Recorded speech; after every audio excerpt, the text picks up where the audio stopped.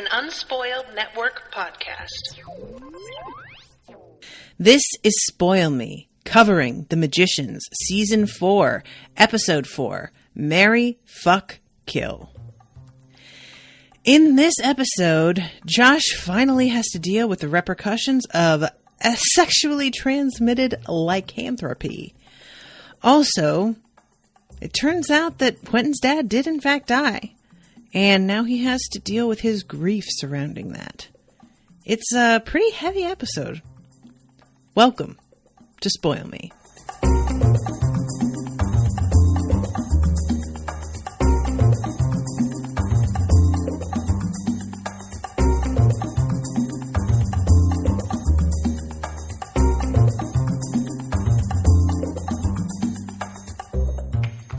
Welcome to the show, everybody. I am Natasha. Thank you, first of all, to Nicole for commissioning this episode.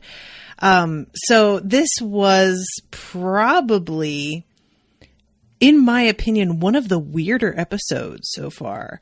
And when I say weird, I don't mean that I didn't like it. I actually really did, but it is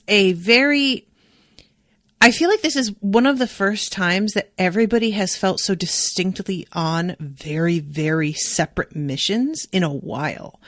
There have always been people who are split off from the main group to take care of the certain different aspect of a mission. But this is like everybody is doing completely unrelated stuff.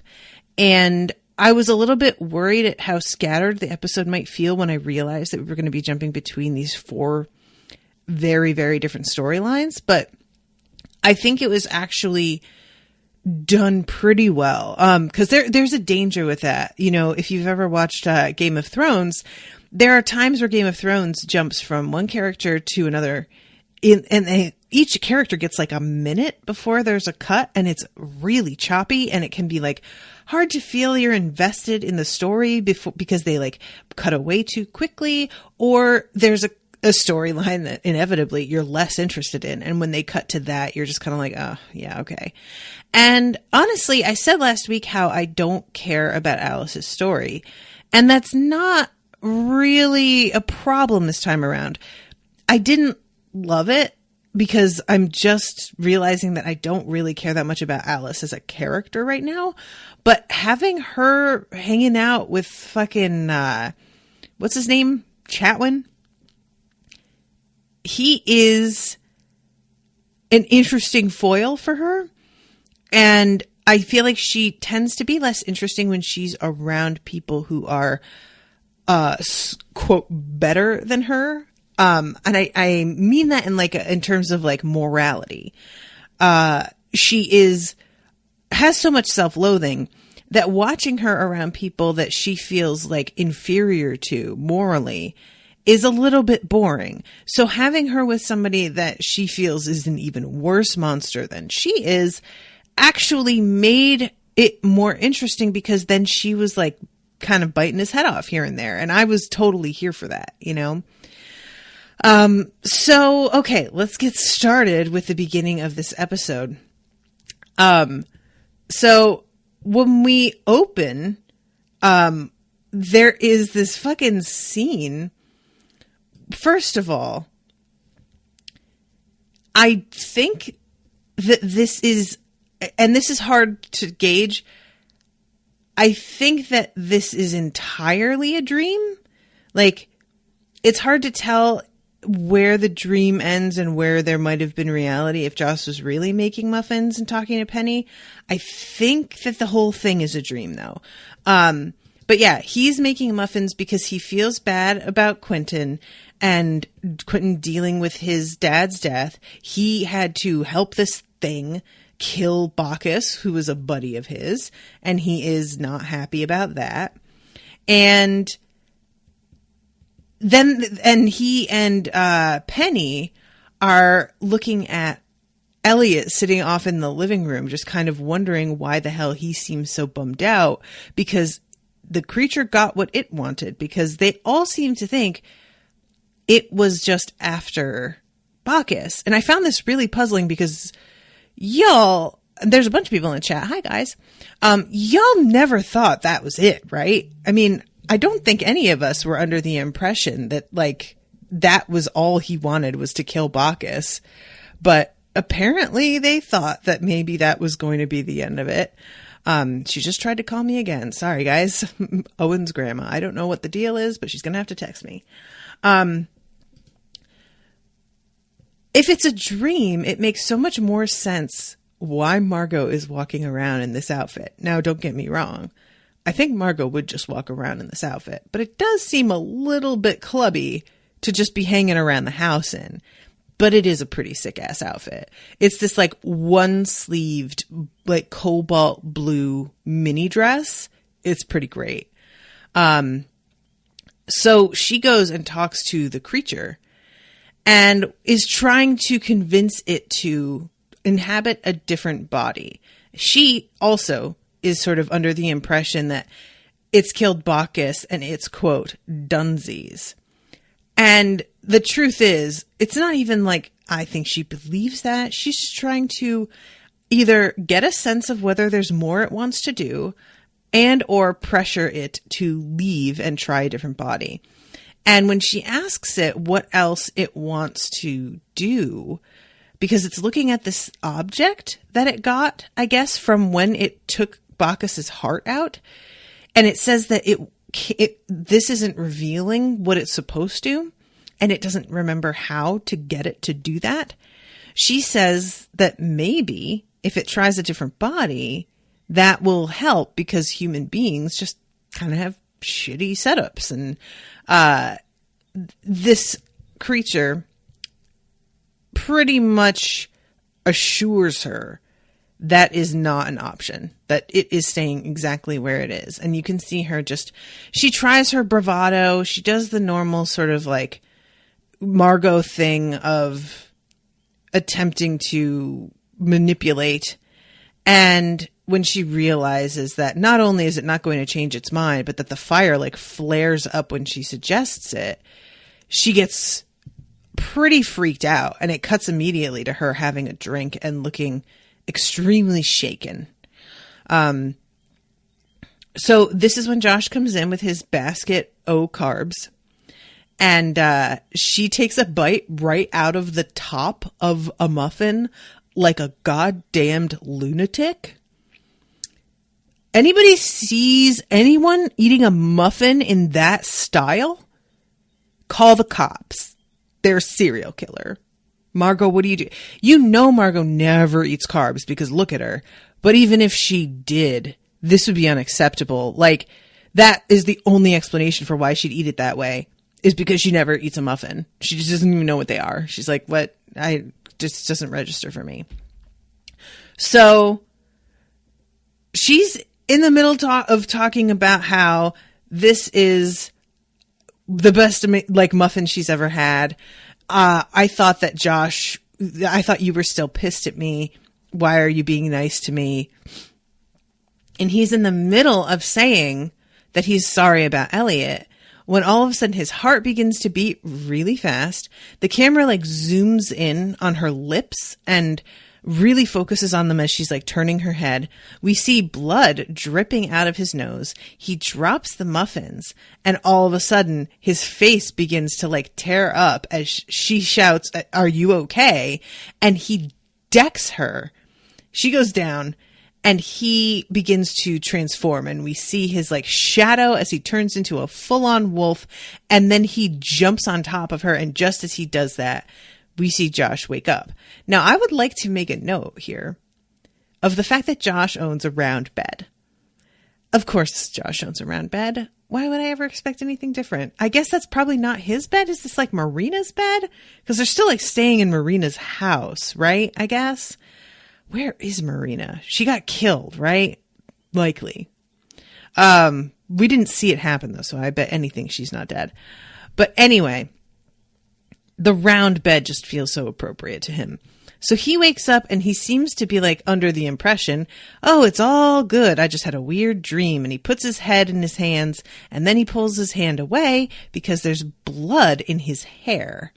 And he pulls back the covers, and underneath the blanket with him is a dead animal of some kind. and he vomits all over the bed. Now, I would like to mention, I was eating when I watched this, and it was a terrible moment for me. The vomit that comes up is very yellow. It's extremely upsetting. Did not care for it. So guys, honestly, I feel so bad for Josh, man. I do. I promise. But I know I've already talked about it. I have to bring it up again. Josh gets to sleep with all of the hottest women. And it's just really unfair. Margot, I get what you were doing. You're trying to take one for the team. I guess it's supposed to be over with now. But still, Josh is what? Maybe like a 4 in the looks? And he just gets to just bang 10s. Just, that's it. That's like, seems to be the only women that he's ever slept with are all 10s. How?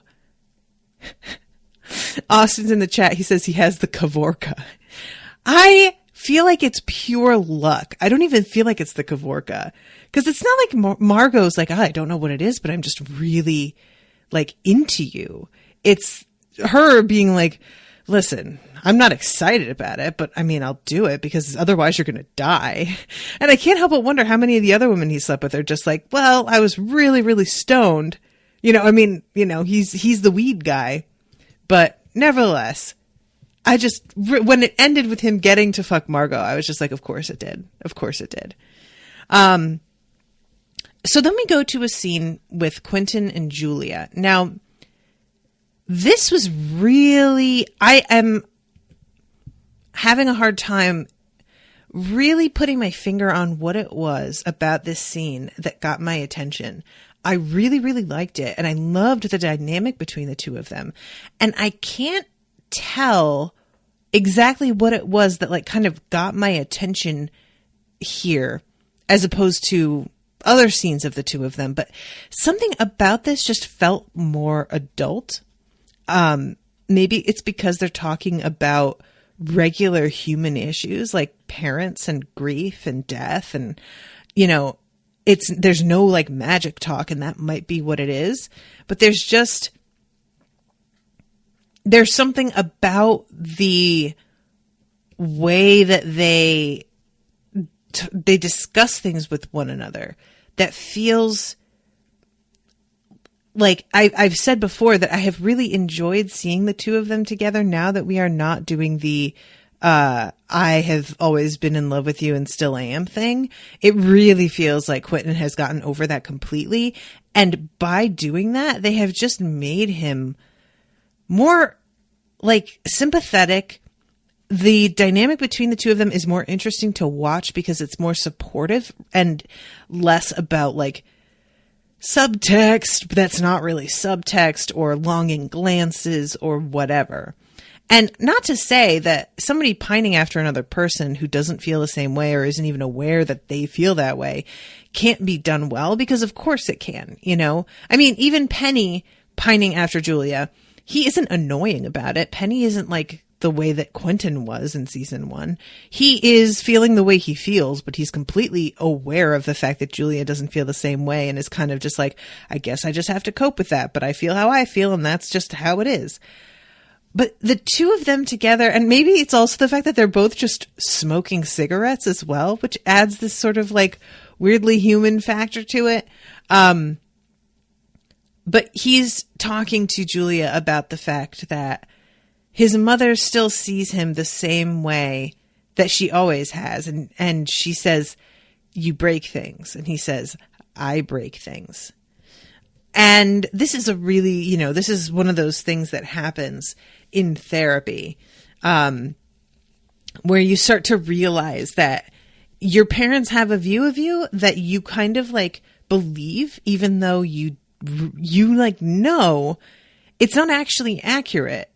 But there's still a huge part of you that's like, well, my parents have lived with me for longer and know me better than anybody but me. And I'm not exactly impartial, so maybe they have a point. And it's an unavoidable result of having parents, is that you kind of start to believe what they believe, and eventually, hopefully, a lot of us are able to grow out of that for the most part. I'm not sure if we ever grow out of it completely, but buying into your parents' idea of who you are and not being able to get past it, even as an adult, is a really real thing. That is just something that we all have to deal with. My parents, my dad saw me as somebody who never committed to things. And it's funny because now that I know myself better, I realize that when I care about something, I commit to a point that's probably unhealthy, but I take a while to choose something to commit to. And I don't do conventional usually.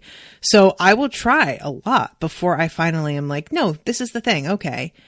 And, it's just one of those things that I still push myself a little too hard. I still overwork, because I'm trying to prove the fact that I mean it. And my father's dead. What he thinks about who I am could not be less relevant anymore. But it's still in my head. It's still the kind of thing that I think about. And when I start to do something new, I wonder if, when I asked him to help me pay for going back to school, I didn't even want him to pay. I wanted him to co-sign a loan and I would pay the loan. He would not do it because he said, you never finish anything. And so now to this day, I start something new and I hear that in my head that I don't finish things. And it's just not true, but I still believe it somewhere. Really do. Really, really do. And I found this arc with Quentin. It's interesting how much you can believe it and how much you can be invested in it, even though we barely knew his dad. This isn't about his dad in the end. That's really why. And the scene with his mother, where he goes into his father's, space, his mother is talking about how strange it is to her that nobody came to the funeral. Now, Quentin wasn't able to make it because obviously there was some other shit going on, I guess. It's weird because he gets the phone call telling him, I guess, that his father has died at the very end of the last episode. And there is this moment when he's talking to Julia here where he says that he's going to miss the funeral. I don't know why he's missing the funeral because it seemed like he got the call and he could have gone. And maybe he just didn't want to bring Elliot Beast with him because he wasn't sure what he would do. But I would have liked it if it were a little bit more explained what the deal was there. Did he just not feel right going to his dad's funeral because he was the one who chose to bring magic back and he knew that would cause his father to get cancer? Is it just guilt and a feeling of responsibility that caused him to stay away? I'm curious what y'all's thoughts are on that, if I missed something. But either way, he is apparently in good company because his mother is shocked at the fact. Now, she and his father aren't together anymore, but she just figured that his dad had to have friends. There had to be somebody in his life that he had any sort of relationship with. And based on his funeral, not really. This makes me wonder if Quentin's father had something else going on with him that we didn't know about. Because that's a very particular thing to say about his funeral. She didn't just say it was pretty quiet. She didn't just say, I didn't know who to invite. It wasn't, there was nobody else to handle his affairs. I mean, there wasn't, but that's because there was literally nobody in his life. I think this must mean something more that we're going to find out about, but I don't know what. I guess we'll see. So yeah, he's just coming into his dad's space, and he's like looking around, and his father built tons of like model planes. And his mother is essentially like, look, I set up the whole funeral. I dealt with all of this other stuff, but there's going to be somebody coming in here. You need to get this done by tomorrow. And there's nobody else to do it. And I really don't want to. And Quentin's like, I'll take care of it. It's fine. And she makes a joke about not breaking anything. And this is one of those, I really loved the way it was played, because she says, don't break anything. And she sort of smiles when she says it, like, oh, isn't this cute joke that we have between the two of us? But it's not to Quentin. And it's like a perfect summation of what it's like when you are dealing with a parent who doesn't really understand the effect they're having. They treat it like it's this funny little inside joke that I still tease you about this. And they see it that way. They see it as teasing. But the person who is being talked about like this doesn't hear that. They hear, I am still harping on about this thing that you did when you were like 7 years old, and I will literally never let it go. And that is who you are to me forever. And so the like kind of half smile she has when she makes it, and the look of like, just, are we really seriously again, from Quentin, is so perfect. So eventually Elliot meets up with Quentin in this space as he is packing things up. And this is part of why I was like, I don't think that Elliot was the factor in Quentin not wanting to go to his dad's funeral, because Elliot seemed okay with staying out of view until his mother's gone. I think Elliot would have been okay with letting Quentin go to the funeral and just sort of staying out of sight until whenever. But he is watching Quentin packing things up and doesn't understand what is happening here. I absolutely adored how they decided to play this. And I said it last episode and I say it again. I feel like this is one of the more interesting villains that we have dealt with, like on television, period. Not just on this show. Because there's clearly some weird history in this thing's past that it itself does not seem to know about or remember, and it informs the way it's behaving, but it's not the kind of like mystery that we're used to where I'm just not going to talk about what happened to me. It doesn't know what happened to it. So that completely changes that dynamic of, it's not that it has the power because it knows a thing and it's simply keeping that knowledge to itself. It is in its own way powerless as well, because it seems to simply not remember, and it's desperately trying to find clues and information, but there's something about that that's really sad. And it's watching Quentin just like, and it's like, it seems to honestly be making an effort to get it. And it's like, I don't really get what's happening. So he's dead.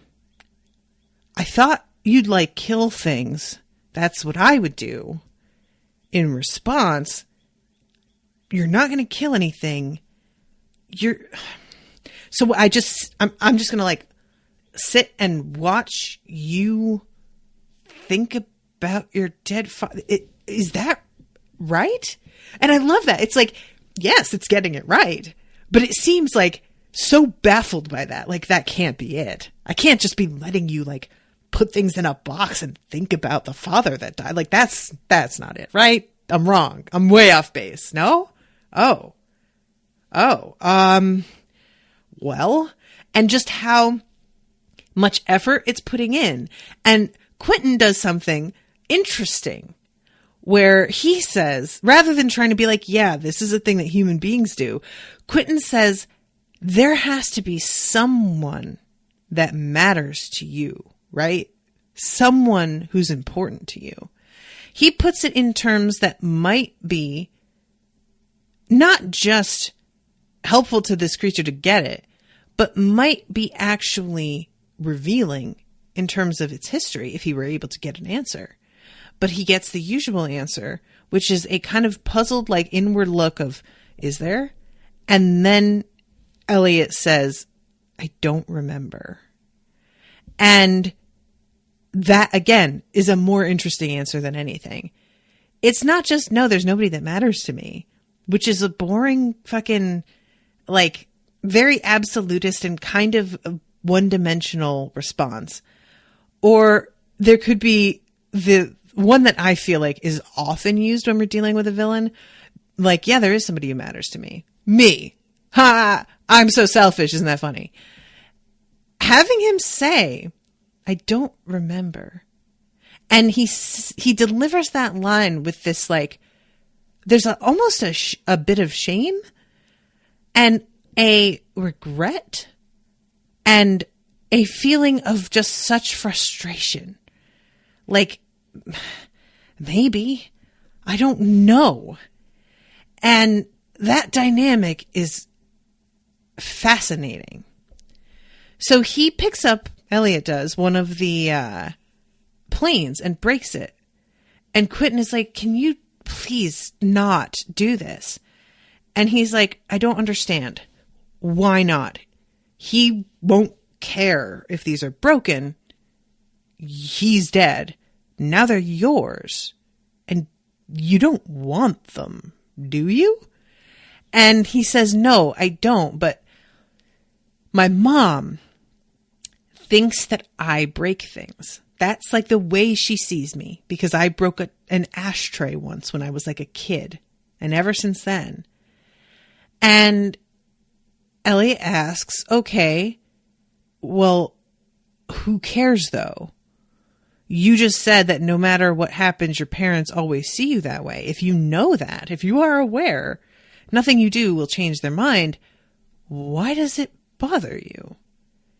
And this is when Quentin says, I think she might be right. And Elliot's like, I mean, if she is, then just break stuff on purpose then. And this leads to a great montage of him just throwing these model planes at the wall. And Elliot sitting there kind of like getting excited because this is something that he understands.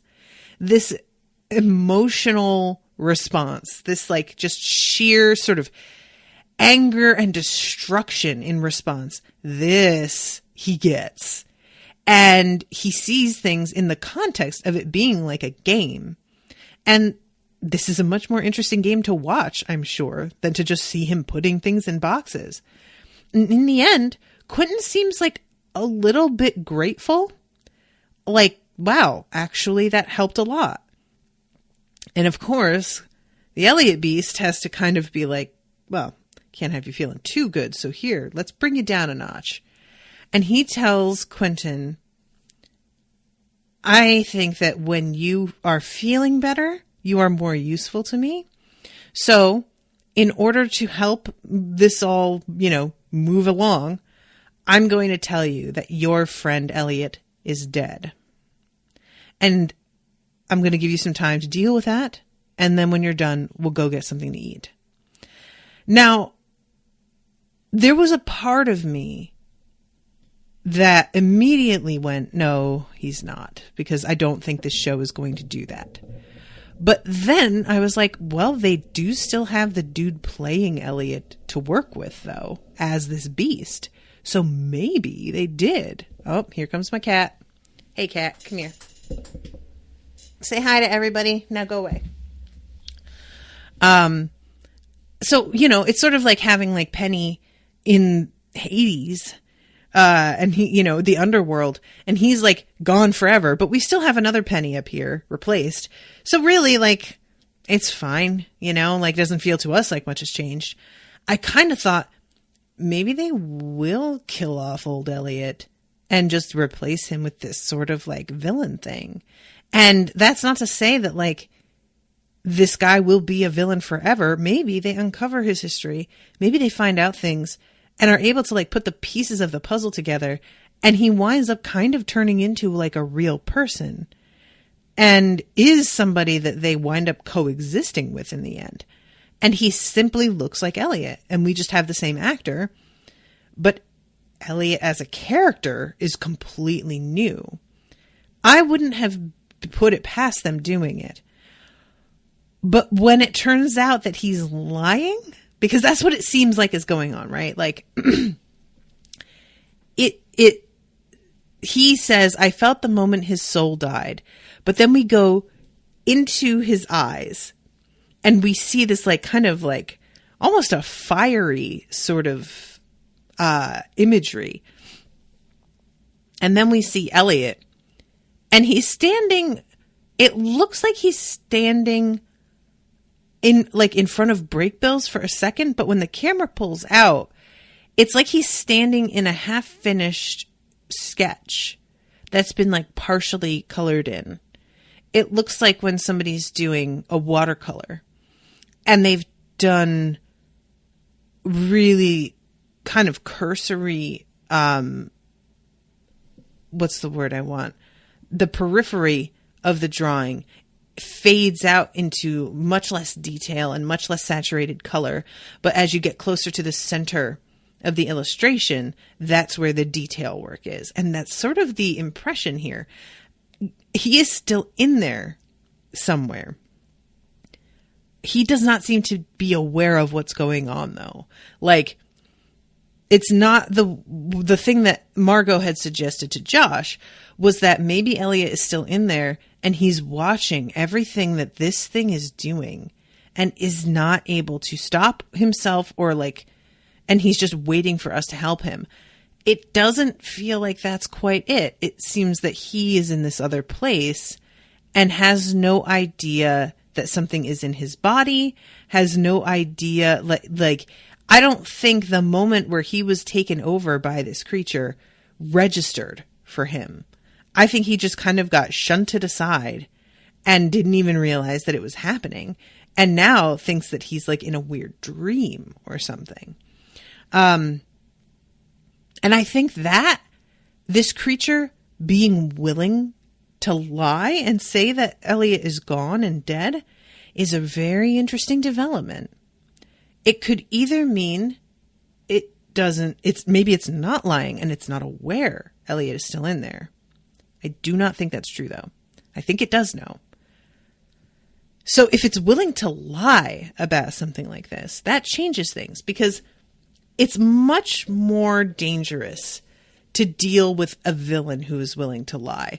And that's something that I think we tend to get a little bit like comfortable with sometimes is the idea of villains who have a moral code and are like, well, you know, I may bend the meaning of words a little bit. I may leave loopholes in the way that I say things, but I never actually lie. So you just have to like really keep an eye out for this and that. But a villain who's willing to straight up just tell you something that is absolutely not true, that's hard to work with. Anything could happen at any time then. You have no idea where you stand on anything. So this makes me a little bit nervous now. You know, if it's willing to lie about this, it fools you into, in the scene with Quentin, into thinking that there's almost a bit of wisdom to it or almost a bit of compassion to it. And then you realize that's not on behalf of Quentin. It's doing that for its own reasons. And if it felt lying to Quentin would have been more effective in that moment, it would have done that. But it simply seemed to think that talking this through was the better way to go and probably the faster way to get Quentin to deal with this all and then move on. And I think that is why it's telling him that Elliot is dead, is that Elliot being alive in there somewhere is part of what Quentin is still hung up on. And so it's like maybe if I get him to just let go completely of the hope that he's going to get his friend back at some point, he'll feel more like he has nothing to lose than he does now. And, be willing to do something that's like more drastic, because he's not concerned about preserving this body because his friend's in here, or not.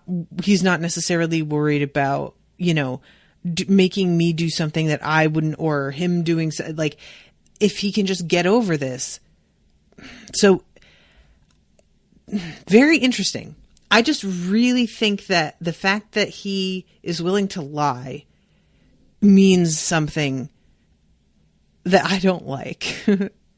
I get a lot of comfort from the idea of there being rules, whether those rules are subject to the whims in some ways or another, like when we're in Dresden Files dealing with the Fae, for example. They will say all kinds of things that have double meanings, but you just have to kind of be a lawyer about it and look at their words and try and think of all of the potential meanings behind what they say. But if there's a potential that there's just an outright lie, now what? That leaves you with infinite options, and that's a lot more overwhelming and less predictable. So anyway, I spent most of this episode kind of talking about that. And I hope you can forgive me, but I found this to be like definitely the most interesting part for me. As far as what's going on with Josh and his lycanthropy, he goes and talks to the woman who it turns out is a cryptozoology professor. And she did not tell him that she was positive. And she seems extremely unconcerned about what he's going for, to a degree that I was just like, Josh, can you just like fuck her and kill her and punish her for doing this? Because I'm really quite disgusted with this person as a human being. She just doesn't seem to really give a shit. She claims she thought he knew. I don't buy it. I think that she told herself she thought he knew in order to make it okay. But regardless, she tells him this is something that happens only once every 30 years. So this is not every full moon you turn into a werewolf kind of lycanthropy. There's a cycle that happens every 30 years. And if you happen to just get infected, but the cycle doesn't, like Margot says, she won't have to go through it for another 30 years, and she doesn't even think she's going to be alive that long to worry about it, which I suppose, silver linings. That's not terrible, I guess, but the immediate deal with, and people are saying in the chat that they think that he had to have sex with somebody who wasn't infected, and that makes sense. That otherwise, it seems to not really affect your life too much. Like, we had him, like, in the dungeons and break bills that one time after he had just had sex with her, right? Because of, like, there being something that makes it manageable. Like, he was being given some sort of treatment. But it wasn't that, had he had a transformation? I can't remember that scene too well. Is Margot going to have some kind of like, is she going to get all furry one day or something? Bet she won't like that. But yeah, so he realizes as he's talking about this with Margot afterwards, after going to see this professor who's so unhelpful and basically tells him, you are going to have to either fuck somebody or kill somebody in order to get the urge out. Because his instinct, as it would be for so many of us, is to just lock himself in a room until it passes. Put himself in a cage, whatever. Just restrain himself so that this doesn't overwhelm him and he isn't able to do harm. But she says that the real key part of this all isn't that there's like an urge that comes and goes with the moon. The quickening is something that he needs to satisfy. And if he doesn't do that, it won't go away. He has to deal with it, or else that's just going to keep happening. So he's talking to Margot about everything and realizing that when he was Isaac, that he never told, because he didn't know, he did not tell this one woman that he hooked up with, who was apparently a passenger in his Uber ride thing. He is reminded of this because he gets a surge pricing Uber alert on his phone, which I found really funny. I don't know why that tickled me so bad, but it was just such a, like, again, it's sort of like the other scene where they're all dealing with having to reset their phones and everything. It's just such a human moment in this show, and I really enjoyed it. So he is able to figure out where this girl lives somehow. Doesn't matter. And he tracks her down, and he has to explain why Isaac isn't the one to come and speak to her himself. And it's clear, like, as soon as she answers the door, you know she did something already, right? Like, y'all knew. She comes to the door. She doesn't want to open the door all the way. She's got mascara all down her face. She seems real shaky. She has the vibe of somebody who either is like, can't stop vomiting is the one. Like, she's got the vibe of somebody who's really, really sick, or of somebody who just found out somebody died. Like, there's a unsteady sort of quality.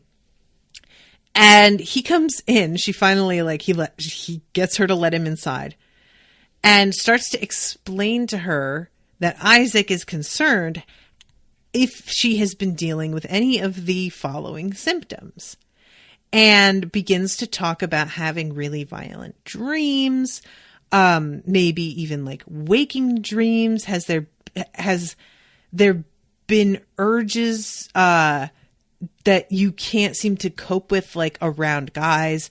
And when he says that, she thinks that he's kind of coming on to her. Like, she's, he's over here like, oh, have you been just unable to stop yourself? And kind of starts to chase him out. But then he says something about how, I don't even actually remember exactly what it is that he says that stops her from kicking him out. But he manages to say something about, like, that gets her to stop. And she says, oh, thank God. Because, yeah, it's a mess in there. And I was just like, oh, no.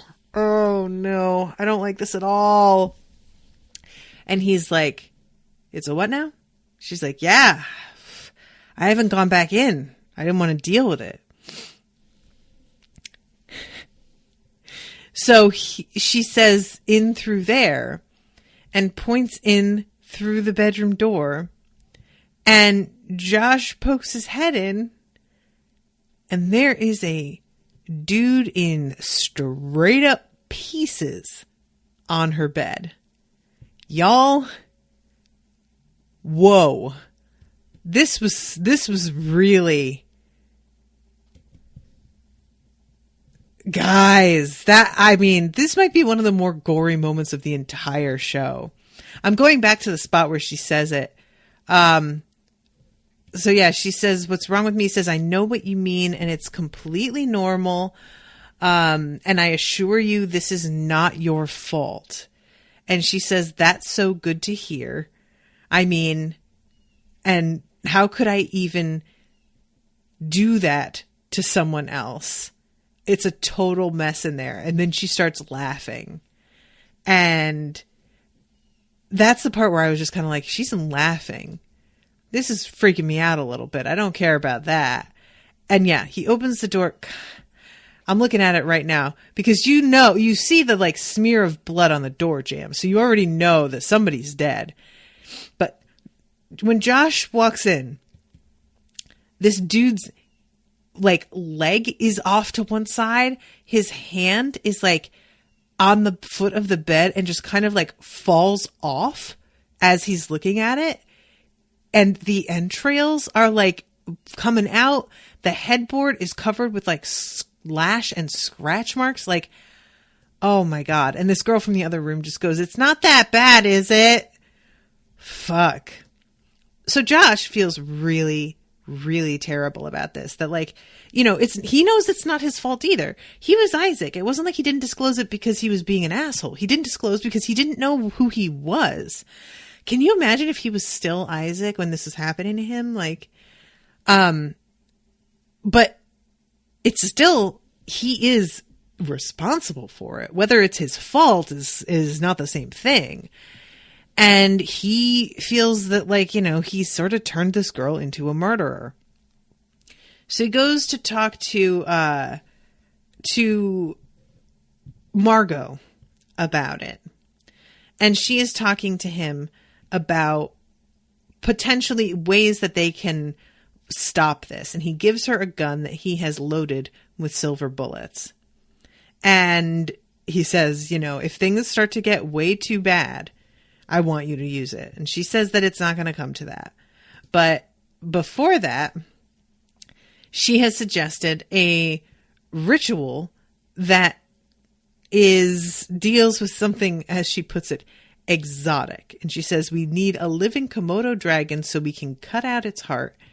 And this is one of those rituals that it's in Indonesian. And she's not totally sure if this is like gonna work or what. As it turns out, it seems to not. But they go and do the ritual. I love when he takes a bite out of this Komodo dragon's heart. It turns out that the Komodo dragon they're getting from Kanye's apartment. And she says that she met him. And I'm really liking the idea of Margot, like, just straight up walking in, using some magic to like bind Kanye and be like, look, sorry, we need your dragon. And then just walking out with it.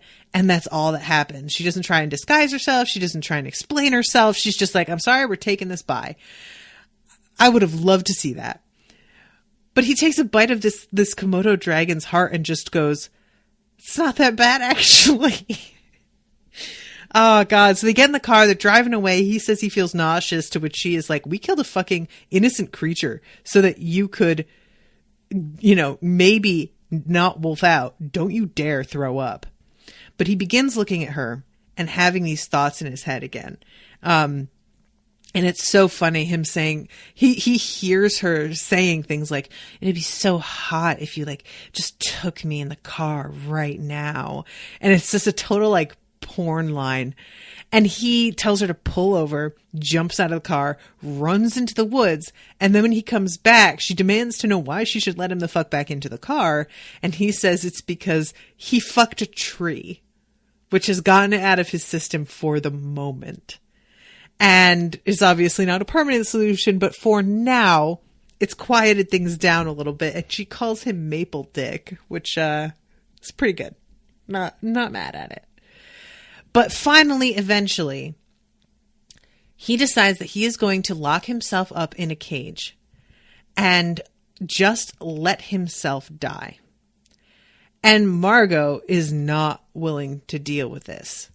She's like, I am not losing another friend. I can't believe that you're just going to throw your life away. And he says, I was thinking it was more of a noble sacrifice, to which she's just like, fuck you. No. And I really liked the fact that despite all of this happening, it never even enters Josh's head to ask Margot to sleep with him. He's simply not even willing to consider asking someone to put themselves in the position of going through this eventually. It wouldn't even, like, he just never even entertains the notion. It never seems to cross his mind, and then he stops himself from asking.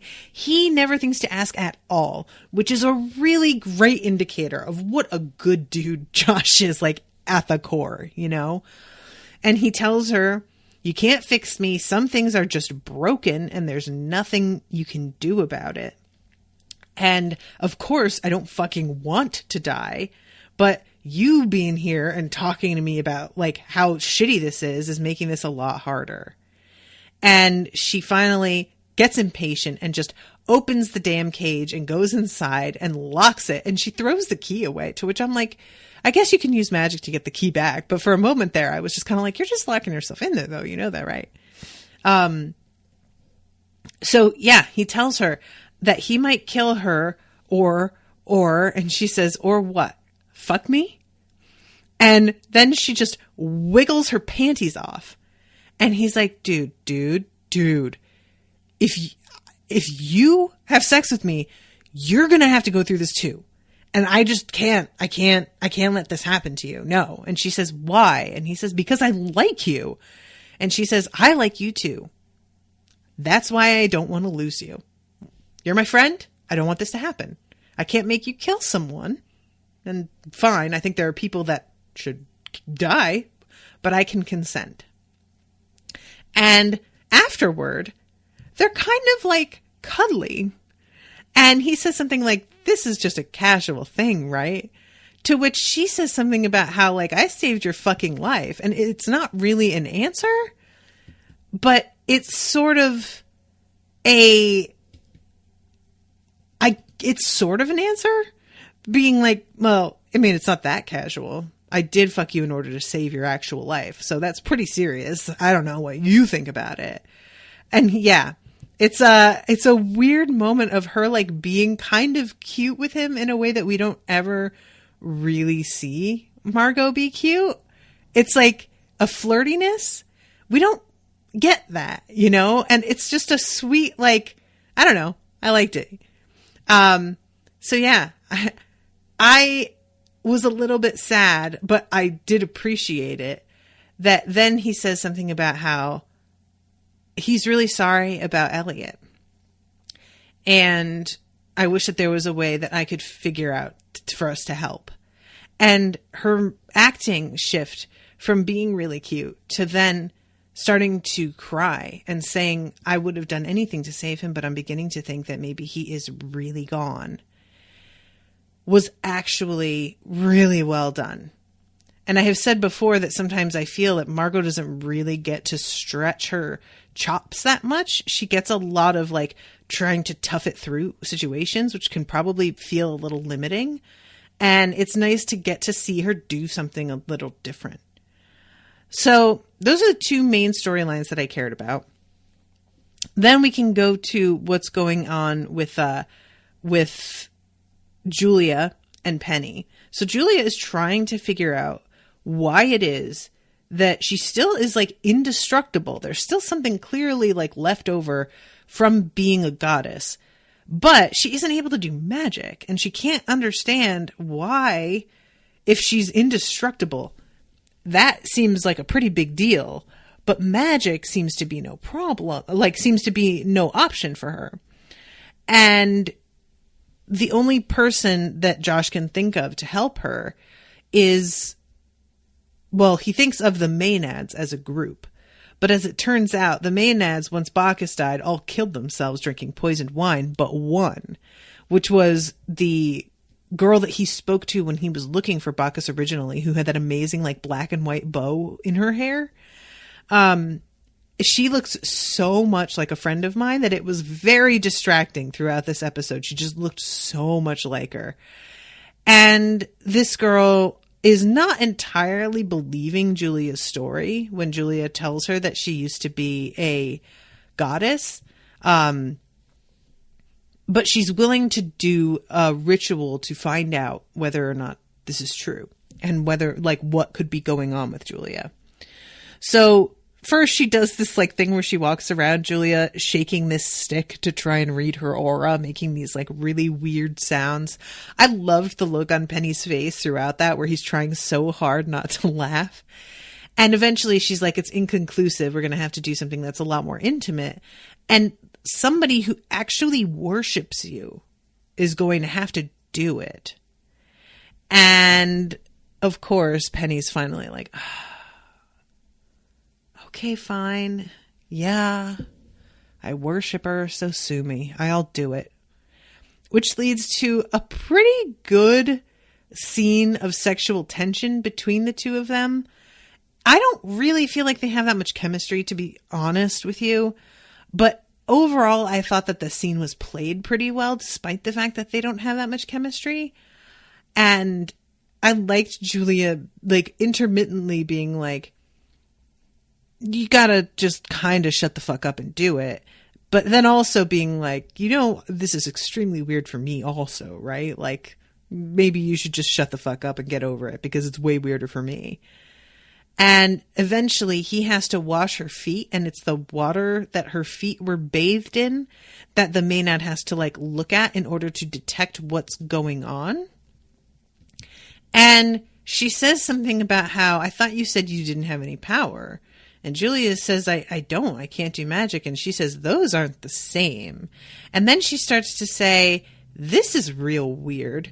And all of a sudden, a like flame curls up out of the water and seems to almost turn into like a flicker of the aurora above the water and then disappears. And the Maenad's like, whoa, oh my God, you weren't full of shit. And kneels in front of Julia and is saying that she now has a new deity to follow. And I don't know what this means. Apparently we have a new girl as part of the crew. I don't know how serious it is, or if she's like just a red shirt that's joining temporarily to be killed off unceremoniously a little bit later. But that is where it ends, is with her kneeling. So, Hugabug says Shoshana, thank you. Yes, I totally forgot that they actually like say her name. I guess we'll see. I don't dislike her as a character. She seems pretty fun, but I don't know what to make of this turn of events. And then there's what's going, and I'll mention actually that we don't see Katie this whole episode. And considering the way the last episode ended, I really thought Katie was going to be forefront of the next one. And it turns out that she's like not even a factor this episode. I don't know what she's up to. But we go to Alice, who we saw her like get gripped up in the library. It turns out that it was, what's his name, Chatwin? Martin Chatwin is the one that turned into the beast. He is the other guy. But he's out here like not really seeming to feel too bad. Oh, right. He's not a Chatwin. Plover. I forgot. He seems to just not have much sort of like self-loathing for what he did, and tries to tell Alice that she should get over her grief over what she did, because who you are and what you did aren't the same thing. Aren't they? I kind of feel like what you do is all you are. Your intentions are meaningless. You can try and maybe make up for things that you did. That doesn't mean you didn't do them, and that wasn't a representation of who you were, if not who you are. But it's a weird scene, and I don't know what to make of the show, having him not feel particularly bad about it or ashamed of it. You know, he says something about, don't we all deserve happiness? To which she's like, no, we don't. And I definitely don't think you do. And he seems kind of taken aback by that. And I mean, I think all of us were glad that she was willing to just say that to him. But I don't really know what I'm supposed to think of him in this moment. It's just a real uncomfortable scenario. And he wants her help with a spell. And in exchange, he will show her where she can find the new copies of her friends and her books. I don't remember, I'll be honest, guys, I half paid attention every time because I'm just not that into Alice. And it wasn't like I was half paying attention, like picking my phone up. It was more that my mind would wander back to the other parts of the story that I had just seen when she was on screen. But she does wind up getting her hands on all of the books. And it's a pretty weird production line of all of these independently moving typewriters. It reminded me of something from the Ministry of Magic, or in Umbrella Academy, the people who are time police. It sort of had that sort of vibe to me. And she winds up using her light bending abilities to get in there and steal the books back. And she is able to find out that Quentin's ends next week, which, yikes. So obviously she's going to have to go and assist him somehow. But first she has to help Plover with whatever his fucking spell is. And she's not excited about doing it. She's willing to do it. They made a deal, but she's not happy about it. And he is like weirdly frustrated that she's so unhappy about it. And I'm like, dude, you're a fucking child molester who wound up like forcing a child. Not only were they a victim of molestation, but then they became like a psychotic serial killer who killed her, and she wouldn't be who she is with the regrets that she now has if it weren't for his existence. So yeah, she's not happy to help you. I think that's fine. It's fine. And yeah, the very end of the episode, the last moment, is us finding out that Elliot is still inside somewhere and that the creature was lying to Quentin. And poor Quentin, having like just found out his dad died, now thinks that Quentin's dead, or Elliot's dead, and is just sitting in this diner watching this creature just eat fries like it's no big deal, and it's awful. So shit, you know? Hugabug says she tricks him into the entrance of the poison room. I will tell you what. No memory of it.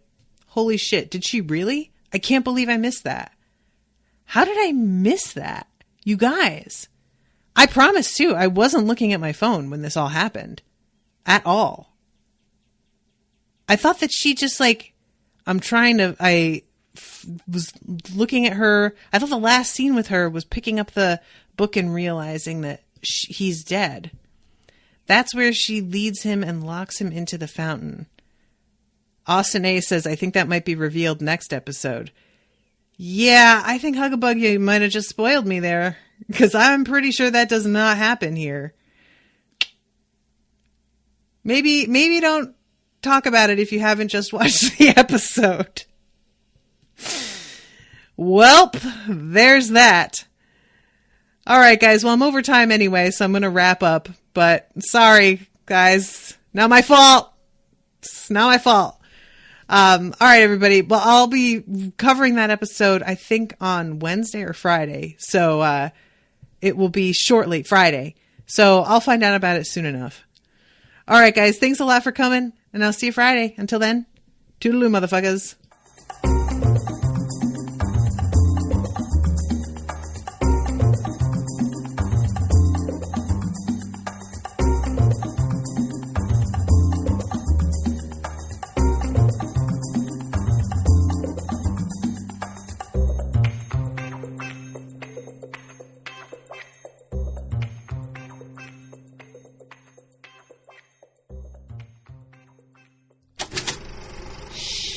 That was an Unspoiled Network podcast.